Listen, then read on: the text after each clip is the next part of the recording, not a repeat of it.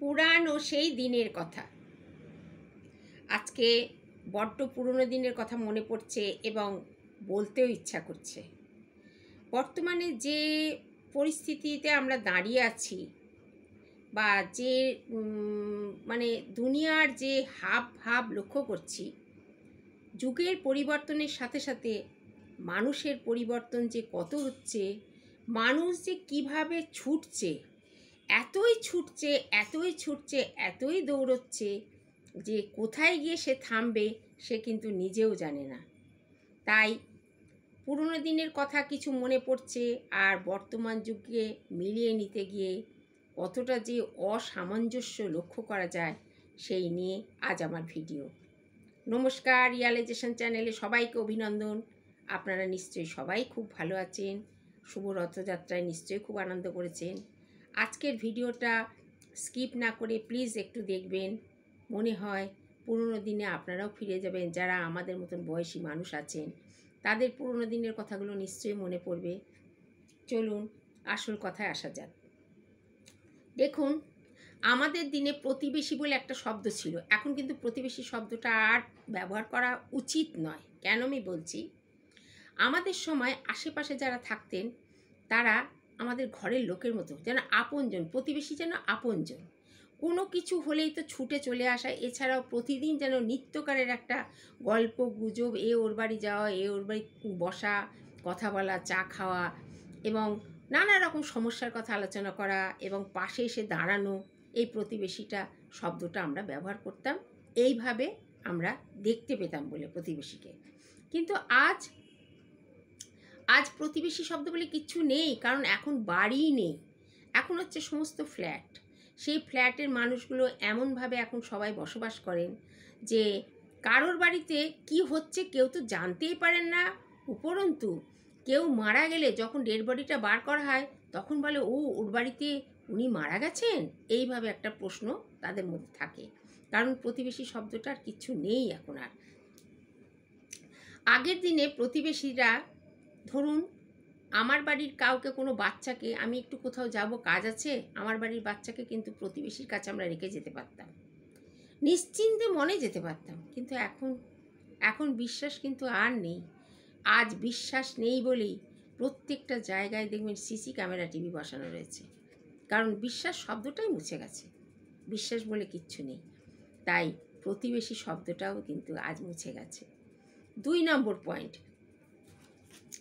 আমরা একটা জিনিস লক্ষ্য করে দেখেছি যে যখন আগের দিনের মানুষদের ভেতরে কিন্তু একটা অদ্ভুত সহজ সরলতা ভাবটা ছিল, তাদের মধ্যে কিন্তু কোনো অহংকার ছিল না।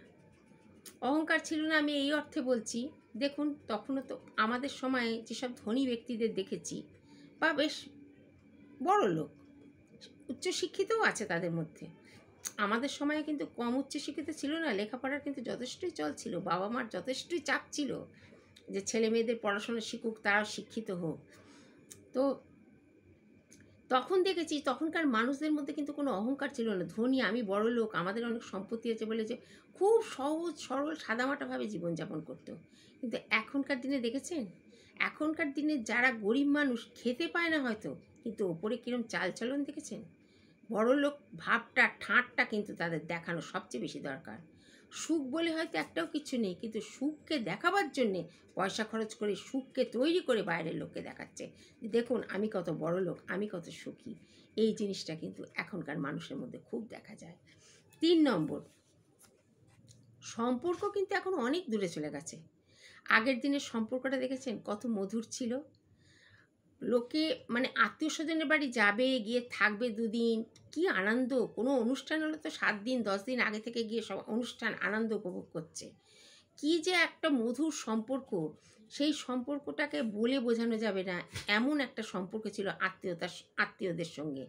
কিন্তু এখন সম্পর্কটা দেখছেন মোবাইল দিয়ে সারা হচ্ছে, নেমন্তন্ন করাও হচ্ছে মোবাইল দিয়ে, আর খোঁজ খবরও নেওয়া হচ্ছে মোবাইল দিয়ে। এমনকি এটাও আজকাল দেখা গেছে, হয়তো বিদেশে ছেলে মেয়েরা রয়েছে, বাবা মা তাকে ফোন করেছে, তারা ফোন ধরেই নি, তারা এত ব্যস্ত, যখন সময় হয়েছে তখন তার বাবা মার ফোনটা ধরেছে। এই রকম একটা সম্পর্ক এসে দাঁড়িয়ে গেছে।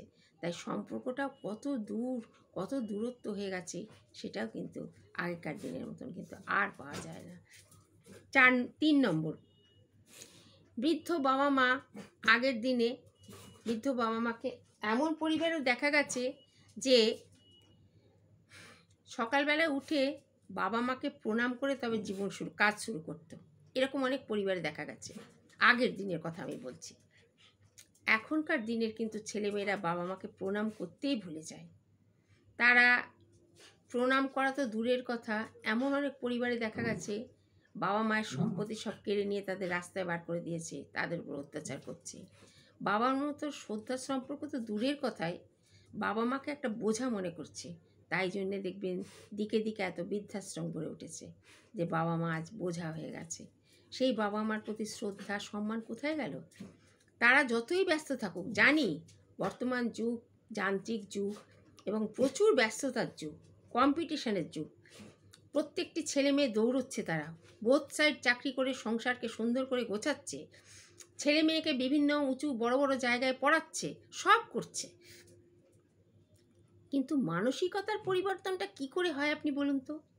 মানসিকতার পরিবর্তনটা কি করে হয়? যুগের বদল হোক, মানুষও বদলাচ্ছে, কারণ তার রুচি, ব্যবহার, আচার আচরণ, চাল চলন সব কিছু পাল্টাচ্ছে, কিন্তু মানসিকতাও পাল্টে যাবে। যে ভালোবাসা, যে শ্রদ্ধা, সেগুলোও কিন্তু মুছে যাবে।